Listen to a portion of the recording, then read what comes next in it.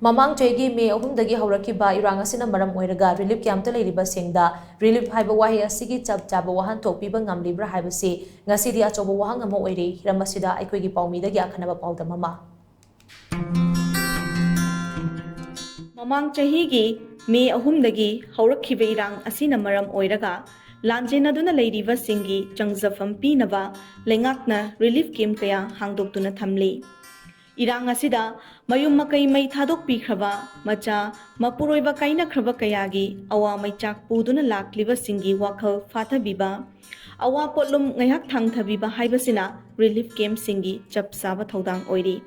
Masimak Thangmaivan Asigi Thangmaivan Kendra Development Organization takdona sinduna Kuyathong Tombisna High School da hangliba relief camp asida chapsana phanghalli. Camp asida leiba chahi nauriba angang amadi ahal Singda ayuki breakfast gi houraga numidangi chaklin fauba afaba chinjak sing pizaba khakta natana mahi masing tamliba angang singi tokhaiba thorang kayasu paikhatli. Class 5 ki mathakta mahi tamliba mahiroi singi damak boarding school ga manaba mawongda routine semduna matik chaba oza kayana private tuition tauhanbata natana yoga taekwondo football na chingba masana singi matik chaba course thamduna takpi tambiri. Akhoi breakfast tawbada babungna makhan sum akhoi hakchang phanabane na makhan pijaye nomo oi pijabasu yawe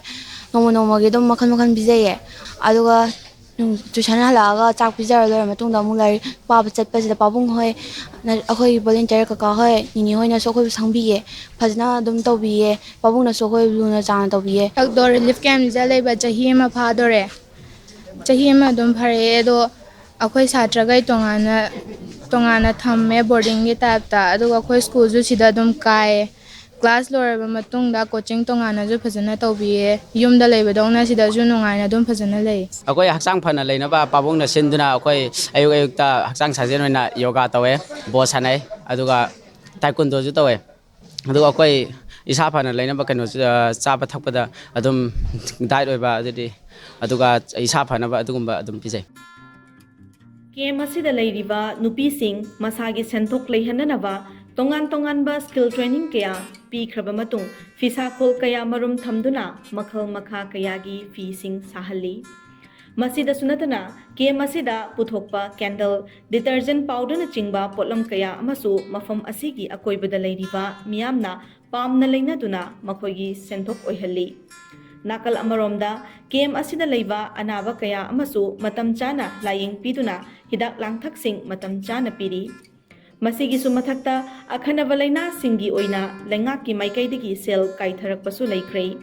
Camp asida leikhidaba yaurakpadasu camp asi chalairiba singi maikaidagi angama mateng pangduna lining laisongi oiba mathau mangam ningthina pangthoktuna hotnari. Sarjoy kisana akhoi hidak langthakki damakta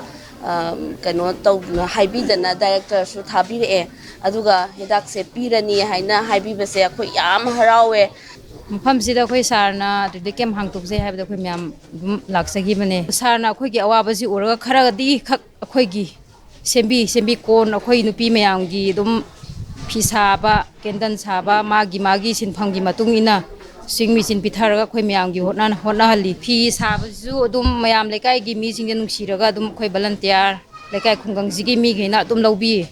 adugu sarna ngasi tawbiriba sumaina Leiriba mafam khudingi MLA humpu singina magi kendra da kitang lirikem mayam leibiri je khara yengbiraga di kitang safagadra khalle adubu simak tawraga su akhoi gi awaba sidi kokpa leitri aduna yaraga di akhoi huji isagi khangu aigi leifamda hanjanba aduga lansisu shanti puraga akhoi isagi yumda hanjan hanbiu si haijaningi. Lengakna chalaiba relief camp oiduna so camp sing asigi awat apa khudimak lengakna yingsinba ngamdabana camp sing asi chalairiba singna kathokpa magaloinana miyamgi thabak tawraba matamdata IDP sing asida relief haibagi chap chaba wahanthok adu piba ngamgadawribani. Hiram asigi matangda camp asi mapumoina yingsiliba Thangmaivan Asigi MLA khumuk chamjoy kishan hai irang asigi waroishin asi assembly da saruk yariba MLA yangkhaina loishin le hairaga warishin purakpa ngamloidabanina matam khradi miyamgi mute oina leiriba singna kathokpa maga loinana hotnasi. Lengakna pitharakliba asigi awat apa yingsinba hena mathau taba potlamsing lengakta taknaraga makoida fanghanba amadi magi AC Singda Leiriba camp singi thodang pumnamak launaraga honarabadi awaba taduna laklaba IDP singi awaba khara makai kokhanba ngamgani haina mahakna fongduki. Akoi Leiriba relief camp da leising se akoi nakan de yet mai da club mai apaching na moina leije to nungai taba frustration lei da puning phada biraga akoi patience kitang lei miraga akoi gi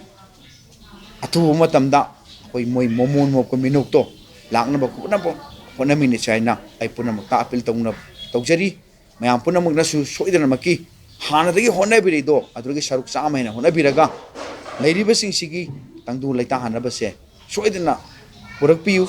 relief camp sing se concentration camp ki type ta leiba na tab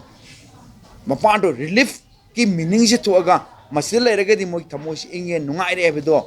relief camp aseng bedo hen biu haina puna makta appeal to se ACC ki MLA yauna volunteer kayana matam kaithoktu na nonga madagi numit taba fauba mafam sida leiraga award passing inmate sing award passing leihandana ba amadi angamba makai makoi gi mateng pangna ba hain hotnariba si faubada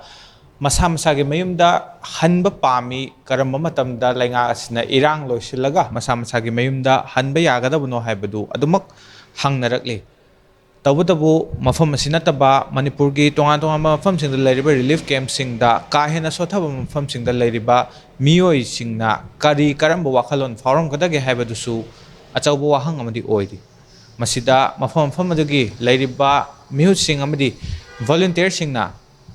ngasi mafam sida honariba sugumna honabiraga matam kharagi oina Leiriba inmate sing asigi pungning penhanba si khwaidagi maru oiba thaba amani haina lawi Hiram asigi matangda video journalist Mahesh Kalunina Times of Manipur gidamak paodam jariba Hemchandra Sagol Sem Khuyathong Imphal